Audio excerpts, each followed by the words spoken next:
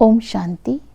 21 अप्रैल 2025 की साकार मुरली से होमवर्क। आज की मुरली से हम लक्ष्य लेंगे, जीवन मुक्त में ऊंच पद पाने के लिए हमें अपने आप को जीवन बंध से मुक्त कर सतो प्रधान बनना है। आज की मुरली से हम लक्ष्य लेंगे, मैं कर्म बंधन से मुक्त आत्मा हूँ।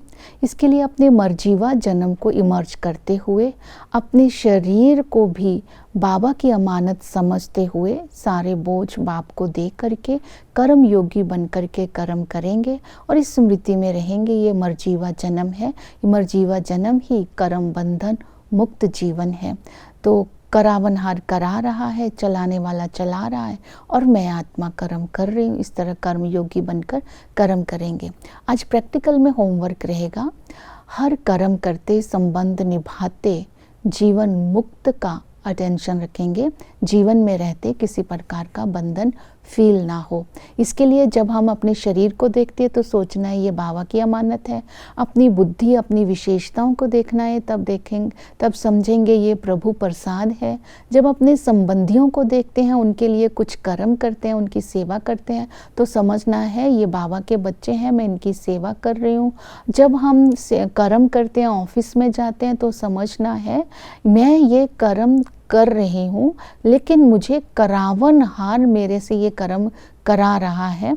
तो जब हम उसकी श्रीमत को याद रखेंगे, करावनहार की स्मृति में रखेंगे, तो वो कर्म से हद की इच्छा नहीं होगी। तो हम किसी भी प्रकार के बंधन में बंधेंगे नहीं, इस जीवन को जीते हुए ही जीवन मुक्त स्थिति का अनुभव करेंगे। ये बहुत ऊंच पढ़ाई है, इस पढ़ाई से बहुत कमाई होती है, इसलिए इस पढ़ाई को अच्छी रीति पढ़ना है, इस पढ़ाई को मिस नहीं करना है। इस पढ़ाई से ये कमाई होती है कि हम भविष्य में ऊंच पद पाते हैं। तो बाबा ने कहा है इस पढ़ाई में जो अच्छे पॉइंट है उनको नोट भी करना है। जैसे बाबा ने कहा कि ये क्राइस्ट जो है ये रचना है, ये रचता नहीं है। जो वर्षा मिलता है वो रचता से मिलता है। फिर बाबा ने गीत के ऊपर भी बताया कौन सा दिया जलाना है और कौन से तूफान के साथ लड़ाई है। ये दिया संगम पर जलाया जाता है। आत्मा में तो सतयुग में तो दिया आत्मा का जला ही रहता है। अंधियारा किसे कहते हैं, सोजरा किसे कहते हैं। इस तरह बहुत सारे ज्ञान के पॉइंट्स हमारे टीचर ने हमें क्लियर किए। अगर हम बाबा के साथ सच्चे नहीं रहते तो बुद्धि डल हो जाती है और ज्ञान की धारणा नहीं होती है।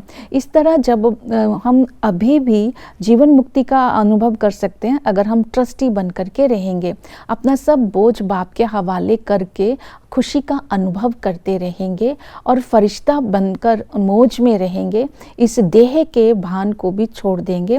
ये देह भी बाबा की अमानत है और बाबा इस देह में शक्ति भरकर चला रहा है।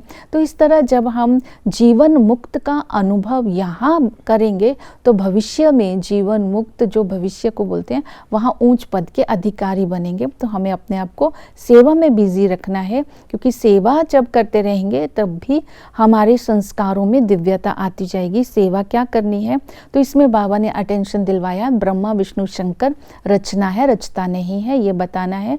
परमात्मा सर्वव्यापी नहीं है, ये बताना है। इसके साथ सेवा करते समय देही अभिमानी होकर के सेवा करनी है, योग युक्त होकर के सेवा करनी है।